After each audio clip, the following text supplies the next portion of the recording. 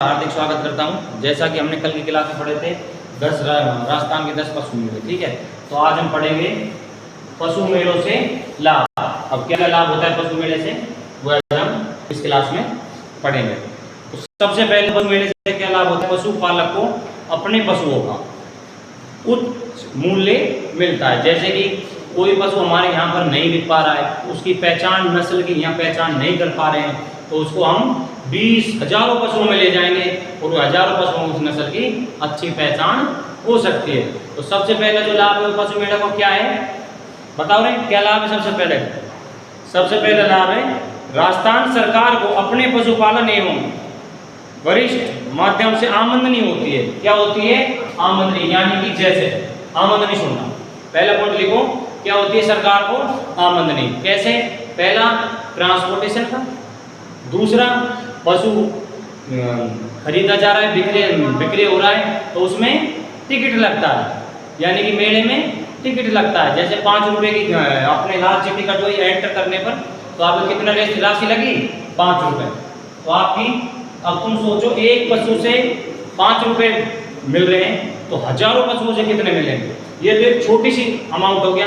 दूसरा साधन आ रहे हैं, उत्पादन, यानी कि दूसरा वहाँ पर जगह व्यवस्थित की, व्यवसाय बढ़ रहे, लोगों को वहाँ पर दुकान वगैरह ये सब चीज़ें उसके मिल रहा है, लाभ मिल रहा है। तो सबसे पहला क्या लिखेंगे हम? राजस्थान सरकार को, देखो राजस्थान सरकार को अपने पशुपालन एवं वाणिज्य का विभाग के माध्यम से आमदनी होगी। यानी किसके माध्यम से? अपने विभाग के माध्यम से आमदनी होगी। दूसरा पॉइंट लिखिए, पशुपालक को पशु बेचने में उचित मूल्य मिलेगा। क्या मिलेगा? उचित मूल्य। उचित मूल्य मिलेगा।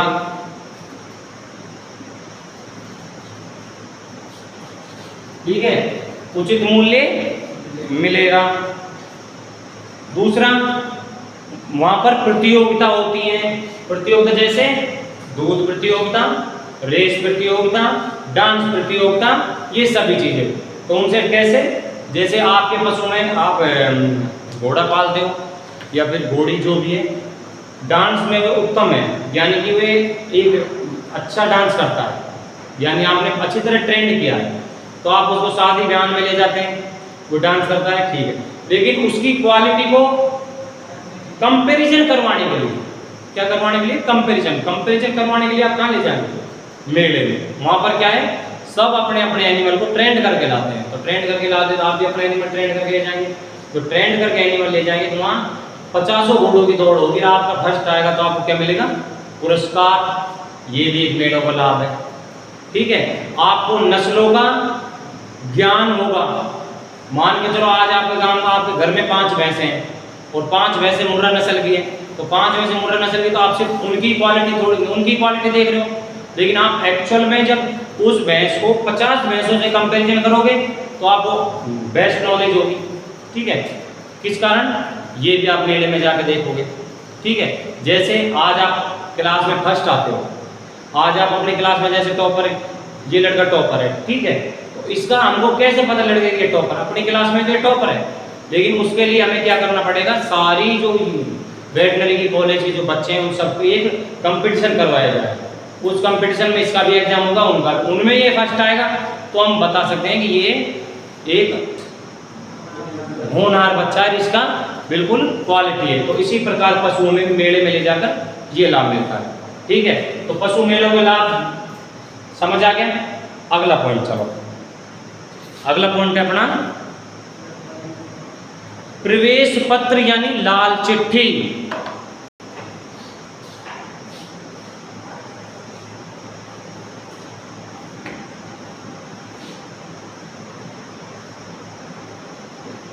प्रवेश पत्र, लाल चिट्ठी है ना, हाँ चिट्ठी क्या है? लाल चिट्ठी। लाल चिट्ठी को ही क्या बोलते हैं? प्रवेश पत्र। नाम में ही समझ पा रहे हो, प्रवेश पत्र यानी कि सीधा सीधा एग्जाम्पल, जैसे कोई भी एग्जाम देते हैं तो एग्जाम देने का आपको क्या मिलता है? प्रवेश पत्र, एडमिट कार्ड जिसको बोलते हैं, मिलता है ना। वो क्या होता है?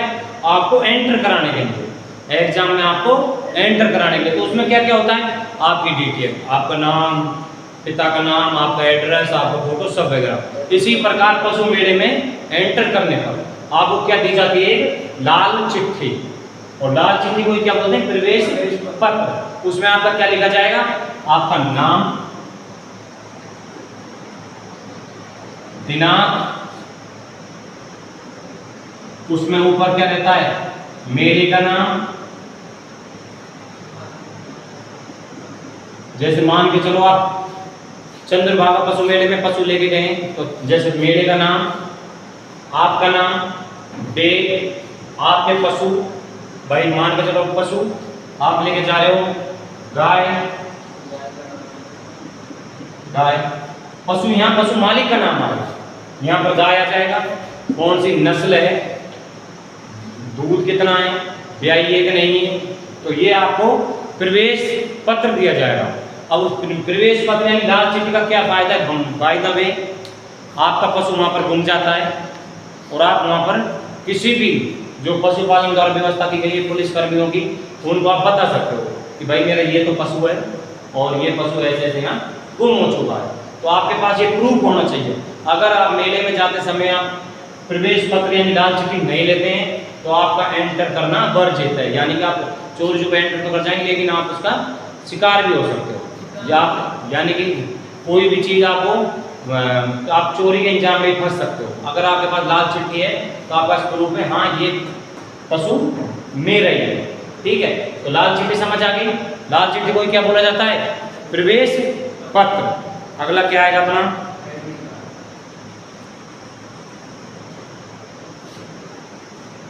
तो क्या बताया था? लाल चिट्ठी के बाद सफेद चिट्ठी। लाल चिट्ठी के बाद में क्या आएगी? सफेद चिट्ठी।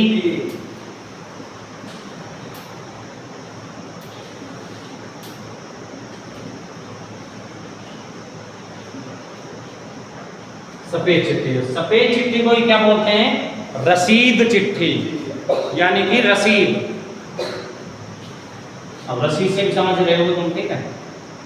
रसीद, पशु एंटर हो गया, तो पशु एंटर कराने के बाद अगला काम क्या होगा? अगर आप पशु बेचने गए तो भी आपको प्रूफ चाहिए, या आपने खरीदा तो भी आपको प्रूफ चाहिए। तो ये क्या काम करेगी? अपना रसीद के लिए काम करेगी। क्या काम करेगी? एक रसीद के लिए।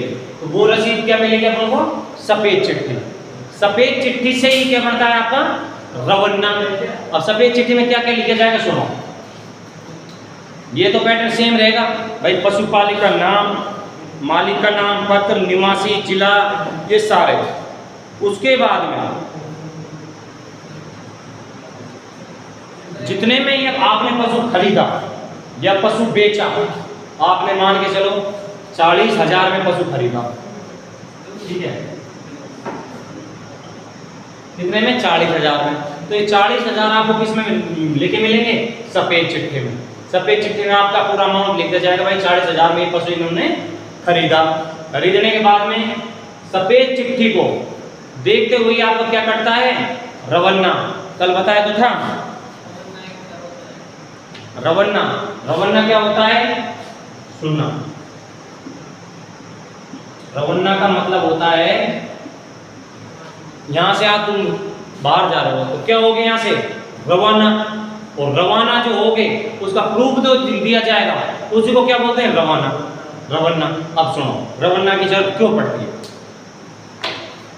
बाय द वे आप कोई गाय लेके जाते हो, ठीक है, आप जान रहे हो गाय ले जाने पर रोक हुई पड़ी है, ठीक है। कोई भी भाई मान के चलो ले जाता है, खासकर जैसे मोहम्मद भाई गाय लेके जाते हैं तो उसका प्रूफ होना चाहिए। मेले से आपने पशु खरीदा, ठीक है, सबसे पहले तो अगर आपके पास रवन्ना नहीं हुआ तो मेले के गेट से ही बाहर नहीं जाने देंगे। ये आपको चौकी पड़ती है, वहाँ पर चौकी बना के रखते हैं, वो चौकी पर आपको रवन्ना दे दिया जाता है। तो रवन्ने के बाद में आपको क्या बाहर चलेगी, बाहर जाने के बाद में किसी भी आपको थाने चौकी पर प्रूफ होगा आपके पास, एक तरह का आपके पास में प्रूफ होगा कि ये रवन्ना, ये पशु मैंने यहाँ से खरीदा है, इतने का खरीदा है, इससे खरीदा है और ये इसकी कीमत है, वहाँ से वहाँ तक एक ट्रांसपोर्टेशन लेकर आया है, ठीक है। तो रवन्ना होना बहुत जरूरी। बाय द वे आपके पास रवन्ना नहीं हुआ तो अब क्या बोलोगे, वहाँ से लेके आए तो बात कराओ, किससे बात कराओगे, इतनी दूर तुम्हारा रिश्तेदार कौन है, जो भी है, तो आपके पास रवन्ना होना बहुत ही जरूरी है। तो आज क्या क्या चीज़ बढ़ी, सबसे पहले तो पशु मेढ़ों के लाभ, पशु मेढ़ों से क्या क्या लाभ होते हैं अपन को। दूसरे नंबर पर लाल चिट्ठी, लाल चिट्ठी को क्या बोलते हैं, प्रवेश चिट्ठी। तीसरे नंबर पे क्या पड़ा, सफेद चिट्ठी, सफेद चिट्ठी को क्या बोलते हैं, रसीद। रसीद जैसे कि आपने इतने पशु खरीदा, कहाँ से खरीदा, ये सब चीज़ें। और रवन्ना, रवन्ना यानी जब अपन मेले से अपन अपना काम संपूर्ण हो गया, मेले से बाहर जाएंगे तब क्या मिलेगा अपन को, रवन्ना। तो चैप्टर नंबर 11 यहीं पर समाप्त होता है, ठीक है। चैप्टर नंबर 11 में क्या कहता है, 10 पशु मेले राजस्थान के, उसके बाद मेलों से लाभ, मेलों के उद्देश्य मैंने लिखवाई थी आपको, फिर सफेद चिट्ठी, लाल चिट्ठी, रवन्ना, ठीक। इसके बाद में 250 या अब शायद कुछ रेंज बढ़ा दी गई है, जो टोटल मेले लगते हैं। पशु मेले तो 10 ही लगते हैं, और जो मेले लगते हैं वो आप बुक में से एक एक करके देख लें। मेन इंपॉर्टेंट हुए है नहीं, इंपॉर्टेंट सिर्फ यही है, पेपर में सफेद चिट्ठी के बारे में पूछ सकता है, रवन्ने के बारे में, लाल चिट्ठी के बारे में, मेलों से लाभ। और मोस्ट इंपॉर्टेंट क्वेश्चन है ये क्वेश्चन आपका 90% आने के चांसेस रहते हैं। कि कभी एग्जाम हुआ था 24 में उसमें सीधा क्वेश्चन पूछा गया, ठीक है। क्वेश्चन क्या था,